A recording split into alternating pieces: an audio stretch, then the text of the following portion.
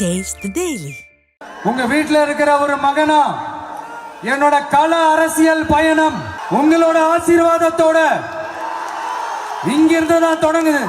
இத நான் இங்க சொல்றதுக்கு காரணம் ஓட்டு அரசியலுக்காக இல்ல, ஓட்டு அரசியலுக்காக இல்ல, ஓட்டு அரசியலுக்காக இல்ல. என்னதான் வாக்கு அரசியலுக்காக பேசவில்லை என விஜயே கூறினாலும் பரந்தூர் மண்ணை தனது கள அரசியல் பயணத்தின் துவக்கமாக விஜய் தேர்ந்தெடுத்த பின்னணியில் இருக்கும் காரணத்தை ஆராய்ந்தாக வேண்டும்தான். பரந்தூரில் புதிய விமான நிலையம் அமைக்க எதிர்ப்பு தெரிவித்து நடைபெற்று வரும் போராட்டம் 910 நாட்களை கடந்துள்ளது. இத்தனை நாட்கள் அந்த மக்கள் போராடி வருகிறார்கள் என்பதே நடிகர் விஜயின் விசிட்டுக்கு பிறகுதான் பெரும்பாலானவர்களுக்கு தெரிய வந்திருக்கிறது. பரந்தூர் மக்களின் பல நாள் ஏக்கத்திற்கு விஜயின் விசிட் மூலம் இந்த பிரச்சனை மீது வெளிச்சம் பாய்ந்து மீண்டும் உயிர் பெற்று விவாதத்திற்குள்ளானது. எத்தனையோ பிரச்சனைகள் இருக்கும் போது பரந்தூர் மண்ணை விஜய் தனது கள அரசியல் பயணத்தின் துவக்க புள்ளியாக தேர்ந்தெடுத்தது ஏன் என்ற கேள்வியும் இயல்பாகவே எழுகிறது. அதற்கு விஜயின் தமிழக வெற்றி கழகத்தின் கடந்த கால செயல்பாடுகளும் ஒரு காரணம்தான். அதாவது தாவேக்கவின் முதல் மாநாடு விக்கிரவாண்டியில் தான் நடைபெற்றது. தற்போது கள அரசியல் பயணமும் பரந்தூரிலிருந்துதான் தொடங்கி இருக்கிறது. முதல் மாநாடு கள அரசியல் என இரண்டுமே வட மாவட்டங்களை மையப்படுத்தியே விஜய் காய் நகர்த்தியிருப்பதாக பார்க்கப்படுகிறது. மேலும் பரந்தூரில் விமான நிலையம் அமைப்பது விவசாய நிலங்களை அழிப்பதை தாண்டி சென்னையைத்தான் வெள்ளக்காடாக்கும் என விஜய் பேசியதும் கவனிக்க வைத்துள்ளது. சென்னையின் பெரும் பிரச்சனையாக வெள்ள பாதிப்பு மாறி வரும் நிலையில் புறநகர் மாவட்ட நீர்நிலைகளை அழிப்பது சென்னைக்கு பாதிப்பு ஏற்படும் என ஆய்வறிக்கையை சுட்டிக்காட்டி விஜய் பேசியிருந்தார். பரந்தூர் விமான நிலையம் அமைக்க முடிவு செய்து திமுக சென்னையை இன்னும் வெள்ள பாதிப்பில் தத்தளிக்க விடும் என்பதை குறிப்பிடும் வகையிலேயே விஜய் அவ்வாறு பேசியதாக சொல்லப்படுகிறது.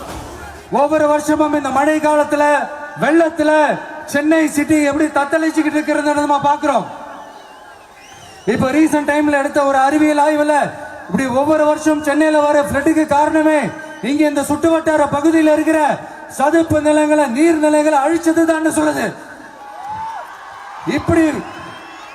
இப்படி ஒரு சூழல் இருக்கும் போது 90% ஆஃப் விவசாய நிலங்கள் 90% ஆஃப் நீர்நிலைகளை அழிச்சு இங்க இந்த பரந்தூர் விமான நிலையத்தை கொண்டு வரணும்னு எடுக்கிற அந்த முடிவை எந்த அரசா இருந்தாலும் அது மக்கள் விரோத அரசா தான் இருக்க முடியும்.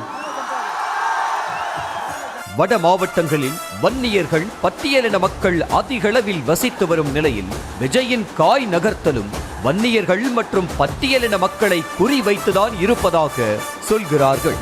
கட்சி அறிவிப்பை வெளியிட்ட பிறகு முதலில் அம்பேத்கர் பிறந்த நாளுக்கு விக்கிரவாண்டியில் உள்ள அம்பேத்கர் சிலைக்கு தாவேக்கவினர் மரியாதை செலுத்தியது வன்னிய சமூக கட்சியாக பார்க்கப்படும் பாமகவே முன்னிறுத்தாத சுதந்திர போராட்ட தியாகி அஞ்சலை அம்மாளை கொள்கை தலைவராக ஏற்றுக்கொண்டது மாதிரியான நிகழ்வுகளை பார்க்கும்போது விஜய் முன்னெடுக்கும் வாக்கு வங்கி அரசியலை தெளிவாக புரிய வைப்பதாக சொல்கிறார்கள்.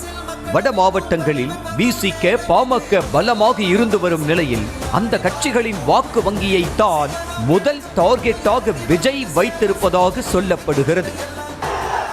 நீங்க உங்களோட வசதிக்காக அவங்களோட நிக்கிறதும் அவங்களோட நிக்காம இருக்கிறதும் நாடகம் ஆடுறதும் நாடகம் ஆடாம இருக்கிறதும் அது சரி, நம்புற மாதிரியே நாடகம் ஆடுறதுல தான் நீங்க கில்லாடிங்களாச்சே. விசிக பாமகவின் வாக்கு வங்கியை கைப்பற்றுவதை தாண்டி வடமாவட்ட அரசியலில் விஜய் ஆதிக்கம் செலுத்த நினைப்பதற்கு இன்னொரு காரணமும் இருக்கலாம் என சொல்லப்படுகிறது. திமுக முதலில் கட்சி தொடங்கி தேர்தலை சந்தித்த போது வடமாவட்டங்களில்தான் அதிக வெற்றி கிடைத்தது. அத்தோடு 2005ஆம் ஆண்டு கட்சி தொடங்கிய விஜயகாந்தும் முதலில் வடமாவட்டத்தில் இருக்கும் விருதாச்சலம் தொகுதியில் தான் களம் கண்டு வெற்றி பெற்றார். அத்தோடு 2010இல் கட்சி தொடங்கிய சீமானுக்கு முதல் தேர்தல் களமாக அமைந்தது வடமாவட்டத்தில் இருக்கும் கடலூர் தொகுதிதான். இப்படி புதிதாக கட்சி தொடங்கி அரசியலுக்குள் அடி எடுத்து வைக்கும் பலருக்கும் ஆரம்ப புள்ளியாக வந்தாரை வாழ வைக்கும் இடமாக வடமாவட்டங்கள் இருந்து வருகின்றன என்ற நிலையில் விஜயும் அதே பாதையில் பயணிப்பதாக சொல்லப்படுகிறது. தற்போது விஜய் முன்னெடுத்துள்ள அரசியல் பாதையை பார்க்கும்போது விஜயின் முதல் தேர்தல் களமும் வடமாவட்ட தொகுதிகளாகத்தான் இருக்கக்கூடும் என்பதை யூகிக்கவும் முடிகிறது.